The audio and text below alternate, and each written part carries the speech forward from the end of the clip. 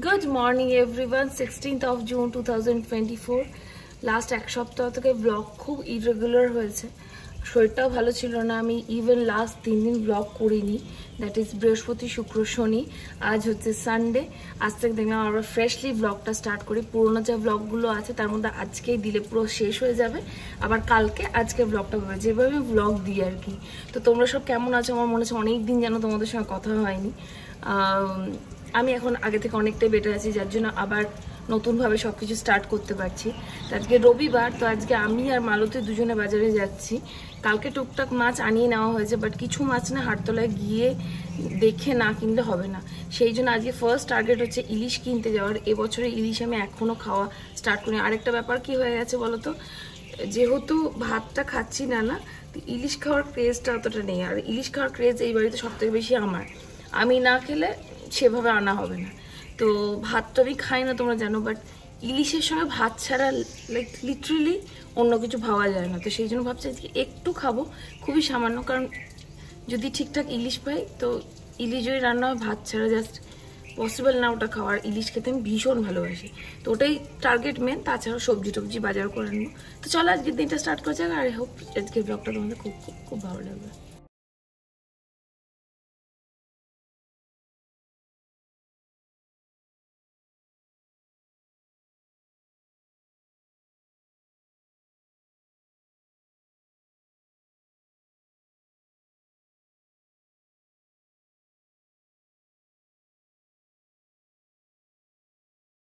আজকে পুরো মন ভরে বাজার করেছি। বাড়ি ফিরে আজকে আমার হাতে এতটুকু টাইম নিয়ে এসে চেঞ্জ করে নিলাম। ওইদিকে মালতী সমস্ত গোছাগাছি করছে।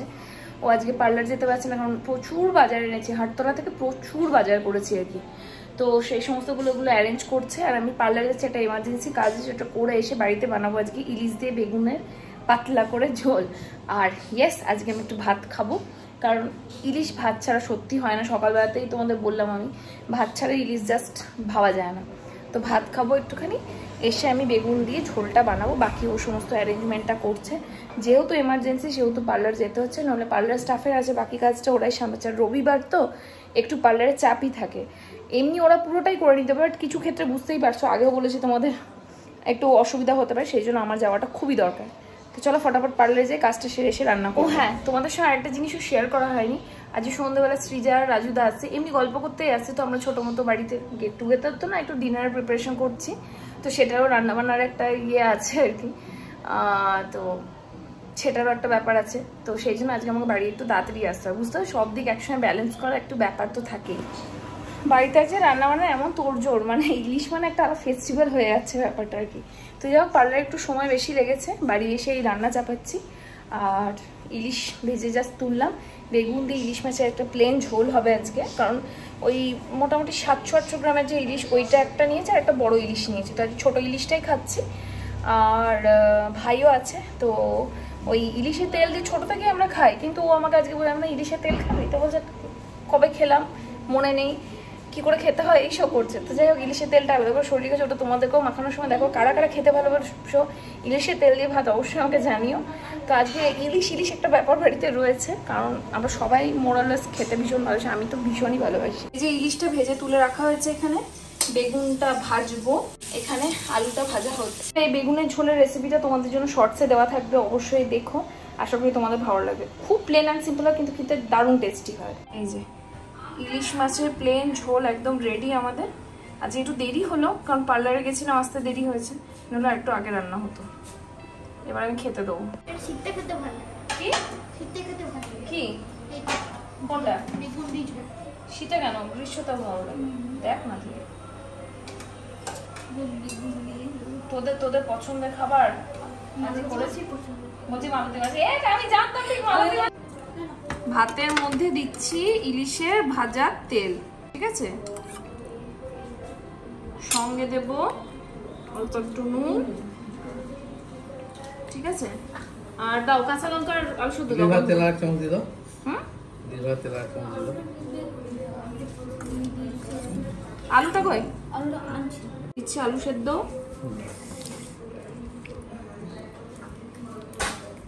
এটা আমরা খাবো তো? হ্যাঁ, এটা তোরা মামার জন্য মাখাচ্ছি। আমি খেতে শুরু করছি। কাঁচা লঙ্কা তুই তোরটা খা না, তোকে যেটা দিচ্ছি সেটা খেয়ে দেখ।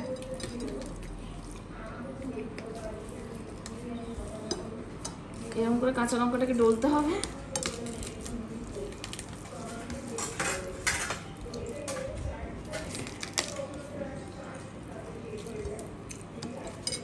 এবার এটাকে মাখাতে হবে। বন্ধ কর মাখা।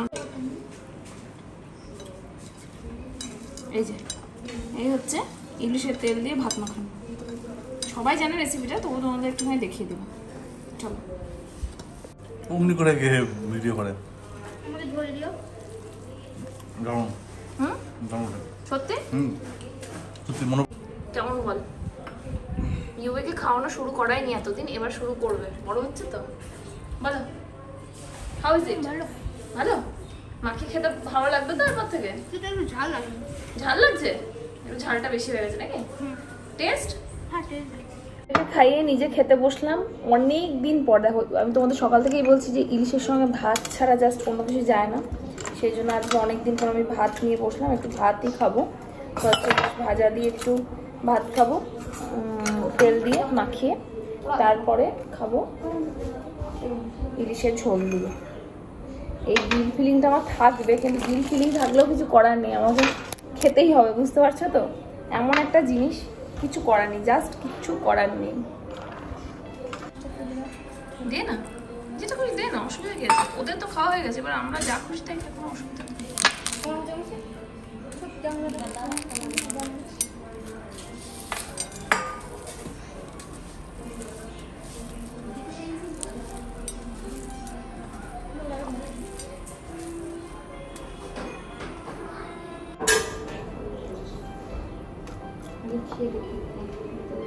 অমৃত অমৃত। আমি ভাতের স্বাদই ভুলে গেছি, কতদিন পর ভাত খাচ্ছি। আমি ঠিক ভাতটাকে না ফিল করতে পারছি না, জানো তো। এবার জানি অনেকে অনেক কথা বলবে, এত কিছু বলছো, ভাত খাই না, হ্যান না তেন, কিন্তু কি করবো বলো, কিছু করার নেই। মানে এটার সঙ্গে এটা জিজ্ঞেস করো, ওটা জিজ্ঞেস করো। তোমরা একবার এরকম করে মাখিয়ে খেও, ট্রাস্ট মি, ভীষণ টেস্টি লাগে। 7টা 4 আর কুমড়োর তরকারি রান্না করেছি, তোমাদের সঙ্গে রেসিপিটা শর্টসে দেওয়া থাকবে অবশ্যই। কুমড়োটা তরকারিটা হয়ে যাওয়ার পর আমি বানালাম এখানে চানার রেসিপি। তো এখানে প্রথমে চানাটাকে আমি ভিজিয়ে রেখেছিলাম 6 থেকে 7 ঘন্টা।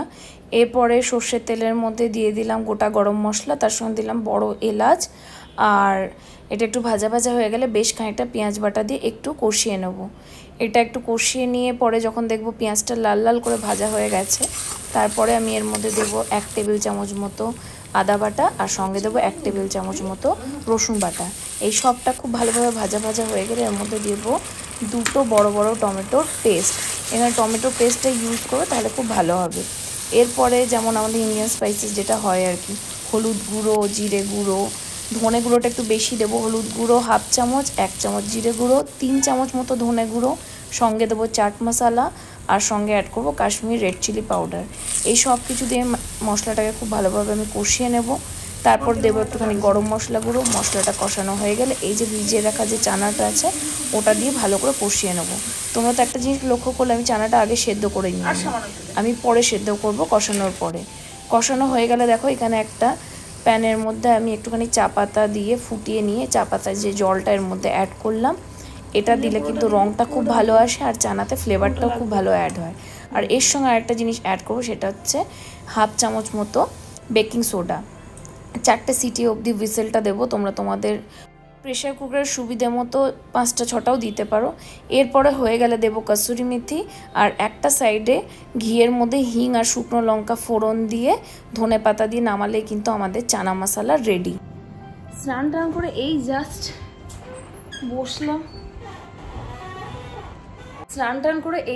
বসলাম, রান্নাবান্না করছিলাম আর কি। আর এডিটটা ভাবলাম হয়ে যাবে টাইমে, কিন্তু এখনও হয়নি। তো যতক্ষণে সৃজা রাজুদাইরা আসছে, আমার ভাইও আসছে, বাইরে ভাইকেও বলেছি রাত্রেবেলা খাওয়ার জন্য আমাদের বাড়িতে। যদিও আজ রান্না স্পেশাল কিছু হচ্ছে না, ওই টুকটাক করেছি আর কি। আর একটা চানা মশলার রেসিপি একটু অন্যভাবে করেছি আজকে, তো ভাবলাম তোমাদের সঙ্গে শেয়ার করে দিই। তো তোমরা একটুখানি দেখে নিতে পারো, আশা করি তোমাদের ভালো লাগবে। রেসিপিটা যে স্টেপ বাই স্টেপ সবটাই তোমাদের দেখিয়ে দিলাম। যদি কোথাও কিছু কনফিউশন থাকে তাহলে তোমরা জানতে পারো। আর এই চানা মশলার রেসিপিটা একটু অন্যরকম, আগে যেটা করতাম সেটা থেকে একটু ডিফারেন্ট, ওই জন্যই তোমাদের সঙ্গে শেয়ার করলাম। আগেও আমি চা পাতাটা অ্যাড করতাম বাট চানাটা সেদ্ধ করার জন্য, বাট এবার আমি কষিয়ে নিয়ে তারপর সেদ্ধ করেছি, তোমরা দেখলে। তো তোমরা এইভাবে করে একবার খেয়ে দেখো, ইউভি খেয়ে টেস্ট করে দেখলো, বলো মা ইয়াম্মি হয়েছে। তো যাই হোক, একবার ট্রাই করে দেখো অবশ্যই। আমি ততক্ষণে এডিটটা করে নিই। অ্যাকচুয়ালি মিন্ত্রা থেকে বেশ কয়েকটা পার্সেল এসছে, মিন্ত্রা, ফ্লিপকার্ট, সব কিছু থেকেই, বাট কি হচ্ছে না, আমি একদম মানে সময় পাচ্ছি না তোমাদের দেখানো, প্লাস ব্লগটাও আমি আজ থেকেই স্টার্ট করেছি। তো ভাবছি আজকে দেখাবো না, কালকে তো সম্ভবত আজকে কয়েকটা দেখিয়ে দিতে পারি, বাকিটা কালকে। তো যাই হোক, একটা কিছু করব, আগে এডিটটা করি তারপর বাকি কথা বলছি। ব্লগটা এডিট করতে করতে সৃজা, রাজুদেরা সবাই চলে এসছে। তো রুমের মধ্যে ফার্স্টে সার্ভ করলাম চা আর তার সঙ্গে ক্রিস্পি চিকেন। ক্রিস্পি চিকেনের রেসিপিটা তোমরা দেখে নিতে পারো শর্টস ভিডিওতে, আমি তোমাদের সঙ্গে শেয়ার করে দেবো। আর এরপরে ক্রিস্পি চিকেনের একটা সস রেডি করেছিলাম, ওটা দিয়ে না আমাদের বাড়িতে কিছুটা ফিঙ্গার চিপস ছিল, ওটা ভেজে নিয়ে আমি ওটার সঙ্গে সটে করে ওদেরকে দিয়ে দিলাম, কারণ খেতে বেশ ভালো লাগবে সেটাই মনে হলো। তো বেশ ভালোও লেগেছে, কিন্তু এটা আর আলাদা করে রেসিপি কিছু শেয়ার করলাম না, কারণ ওই যেটা ফ্রেঞ্চ ফ্রাই ছিল ওটাকে জাস্ট এরকম করে রোস্ট করে ওটার সঙ্গে অ্যাড করে জাস্ট সটে করে দিয়ে দিয়েছিলাম। তারপরে আমরা দেখছিলাম লাপাতা লেডিস, দেখতে দেখতেই সময় গল্প করতে করতে দিকে লাপাতা লেডিস দেখতে শুরু করেছিলাম। যা পরে দেখতে হবে, রাতে রান্না এমনি হয়ে গেছে, কিন্তু লুচিটা ভাজতে হবে, সেই জন্য মালতী লুচিটা বেলবে আর আমি ভাজবো। লুচির আটা, তেল। ঠান্ডা জলে তো খাবো বললাম। হ্যাঁ, ঠান্ডা জলে না। কেমন হয়েছে বলবে, আজকে সব অল্প অল্প করে দিয়েছি। দাদা আপনি হাত করে দিন।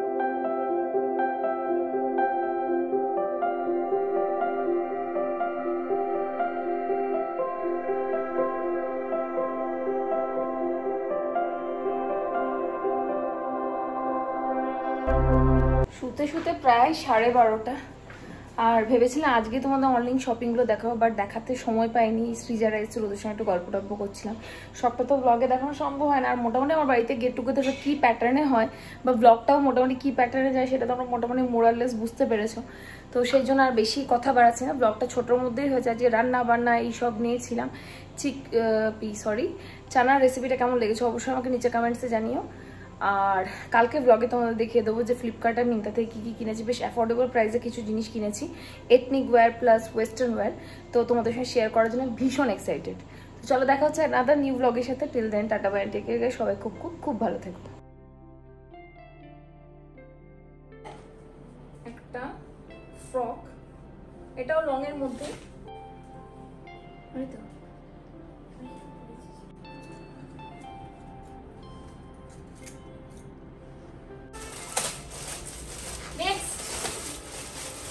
পেয়ার আপ করা যেতে পারে। সো এটাই হচ্ছে আজকে আমার শপিং এর লাস্ট জিনিস।